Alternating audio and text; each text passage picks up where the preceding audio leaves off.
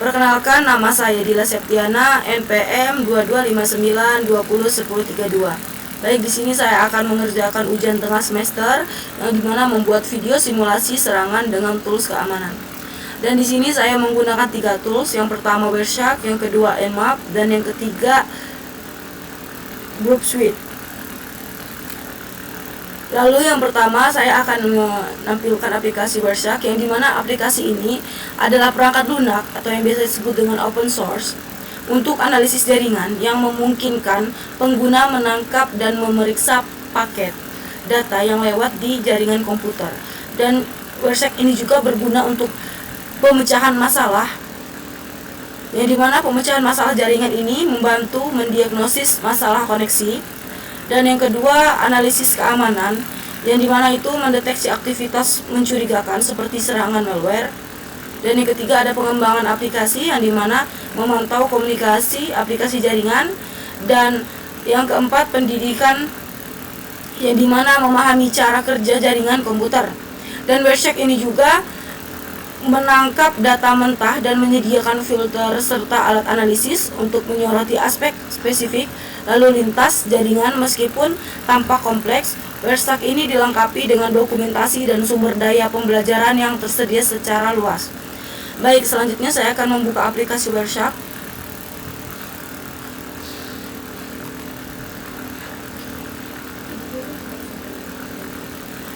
Setelah itu, saya klik WiFi.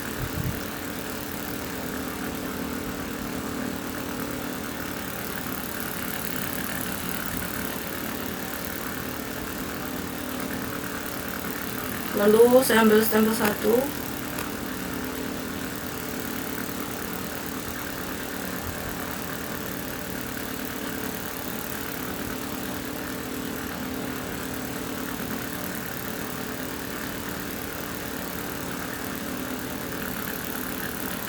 Baik, selanjutnya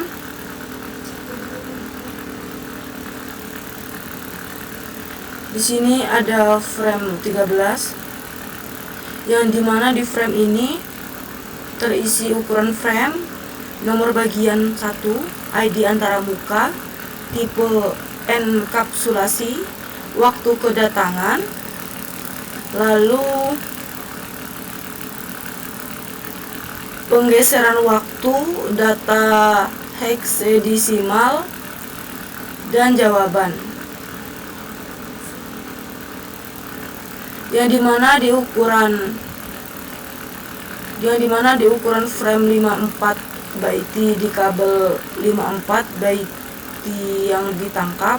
Lalu yang di nomor bagian 1 ini menunjukkan bagian dari paket yang lebih besar jika ada. Dan ID antara muka ini mengidentifikasi antara muka jaringan yang tersedia atau kartu jaringan.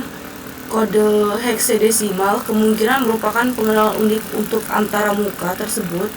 Dan di tipe enkapsulasinya ini, di Ethernetnya itu teknologi jaringan yang umum. Dan untuk waktu kedatangannya itu menunjukkan waktu kedatangan paket dalam berbagai format: waktu lokal, waktu standar Asia Tenggara atau UTC, atau waktu universal terkoordinasi, dan waktu epoch atau detik sejak 1 Januari 1970. Dan untuk penggeseran waktunya ini menunjukkan tidak ada perbedaan waktu yang disignifikankan antara kedatangan paket sebenarnya dan perekamannya. Dan data heksadesimalnya ini bagian bawah, yang digambarkan penampilan data mentah paket dalam berbentuk heksadesimal. Data ini mewakili isi paket termasuk header dan muatan. Untuk jawabannya itu frame 13 itu paket internet yang ditangkap pada tanggal 14 November 2024 sekitar pukul 22.01.29 waktu standar Asia Tenggara. Data paket ini ditampilkan dalam format heksadesimal, yang dimana di frame ini ada 13 paket data internet berukuran 54 byte yang diterima pada 14 November 2024 pukul 22.01.29 waktu Asia Tenggara. Detailnya itu termasuk waktu UTC dan epoch serta data heksadesimal tertera di tangka paket tersebut. Lalu setelah itu Ethernet 2, yang dimana Ethernet ini adalah teknologi jaringan lokal yang disebut dengan LAN, yang umumnya digunakan untuk menghubungkan perangkat seperti komputer dan printer yang menggunakan kabel atau sinyal nikabel untuk mengirimkan data dalam paket-paket. Dan mungkin setiap perangkat memiliki alamat match unik untuk diidentifikasikan. Lalu yang kedua, Internet Protokol, yang dimana Internet Protokol ini adalah yang biasa disebut dengan IP, yang dimana IP itu adalah Internet Protokol, yang artinya adalah sistem pengelamatan dan routing yang memungkinkan perangkat di internet ini untuk saling berkomunikasi dan menggunakan alamat IP seperti 192.168.1.1 untuk mengidentifikasi perangkat dan menentukan jalur pengiriman data. IP versi 4 ini atau yang disebut dengan IPv4 dan versi 6 IVP6 adalah dua versi utama yang digunakan. Lalu yang terakhir, Transmission Control Protocol, yang dimana Transmission Control Protocol ini yang biasa disebut dengan TCP. Dia ini adalah protokol jaringan yang memastikan pengiriman data yang handal dan terurut antara dua perangkat yang menggunakan nomor urut dan mekanisme konfirmasi untuk mendeteksi dan memperbaiki kesalahan transmisi atau yang disebut dengan TCP, menyediakan koneksi yang terjamin, berbeda dengan UDP yang lebih cepat tetapi kurang handal.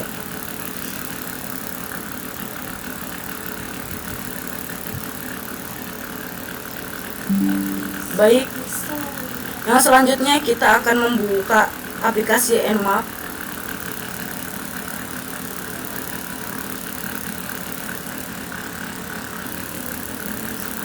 Baik, selanjutnya saya akan membuka aplikasi Nmap, yang dimana aplikasi Nmap ini adalah singkatan dari Network Mapper, yaitu sebuah alat open source yang digunakan untuk memindai jaringan atau network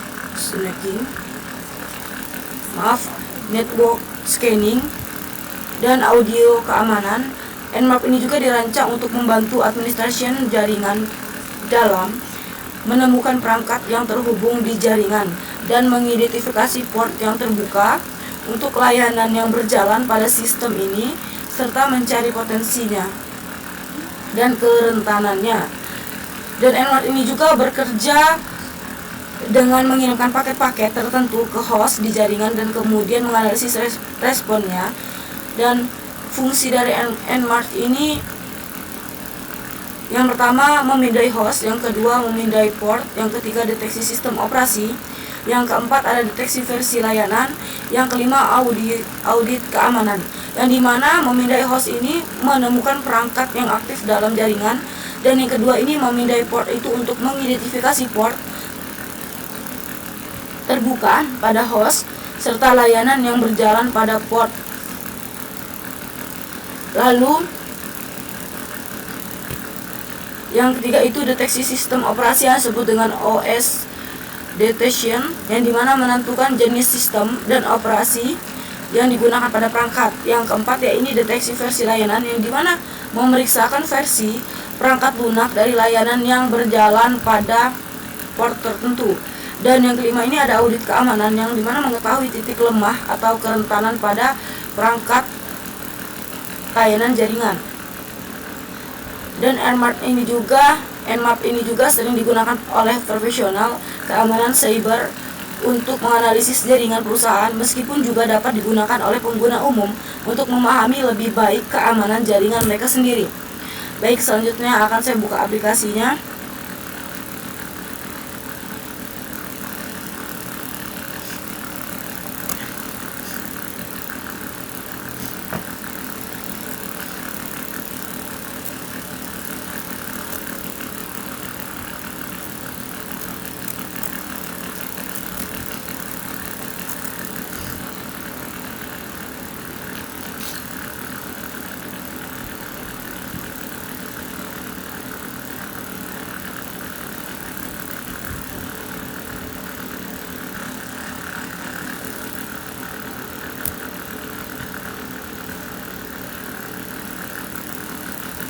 Baik, di sini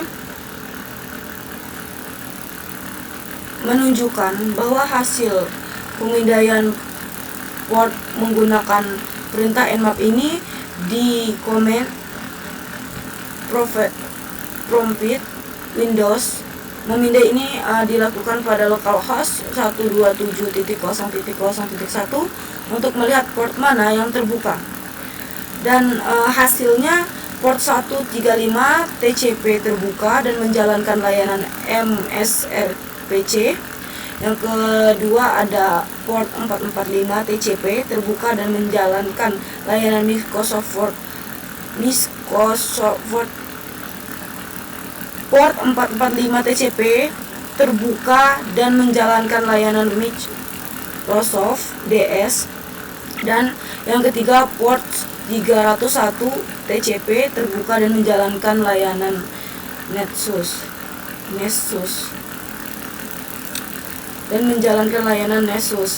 dan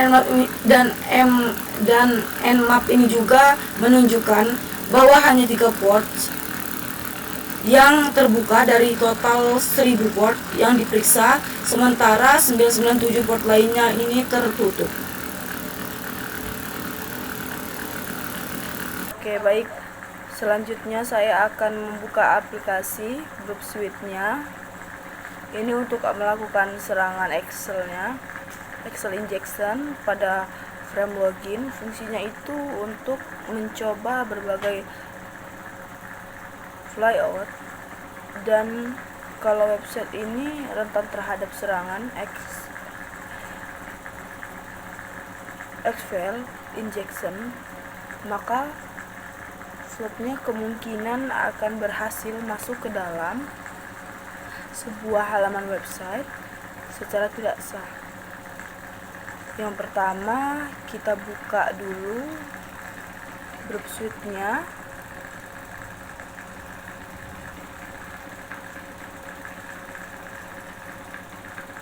Yang pertama kita buka dulu Group Suite-nya, lalu kita klik next. Setelah itu start group. Sabar, lagi berproses.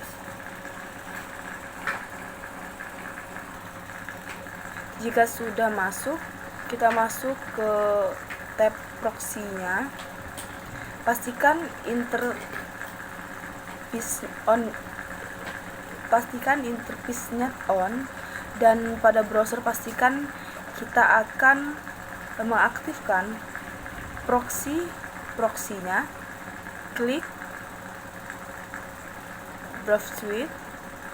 Setelah itu di sini kita masuk, dan kita ini tidak akan menggunakan username dan password.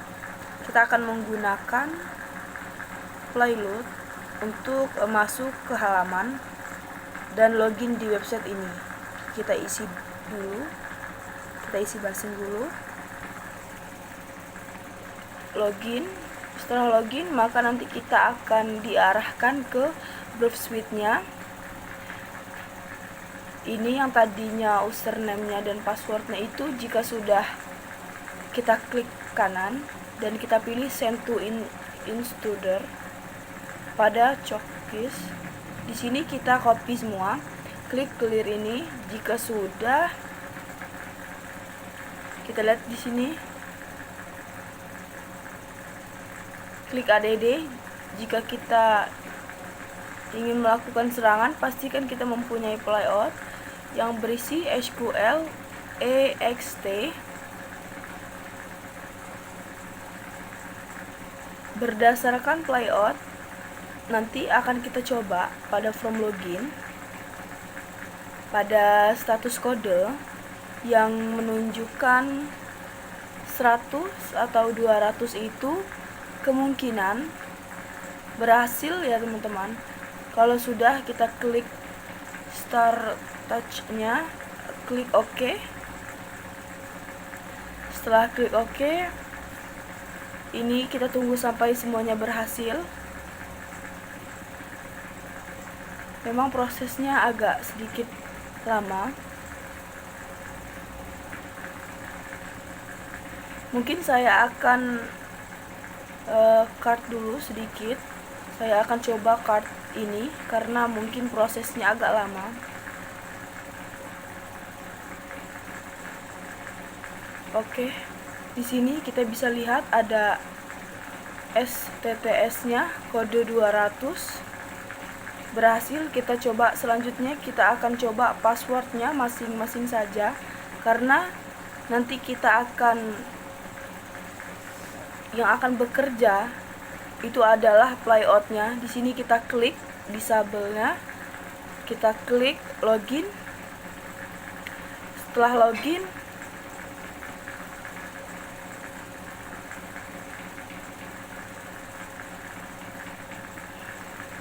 berarti Excel injection-nya berhasil ya.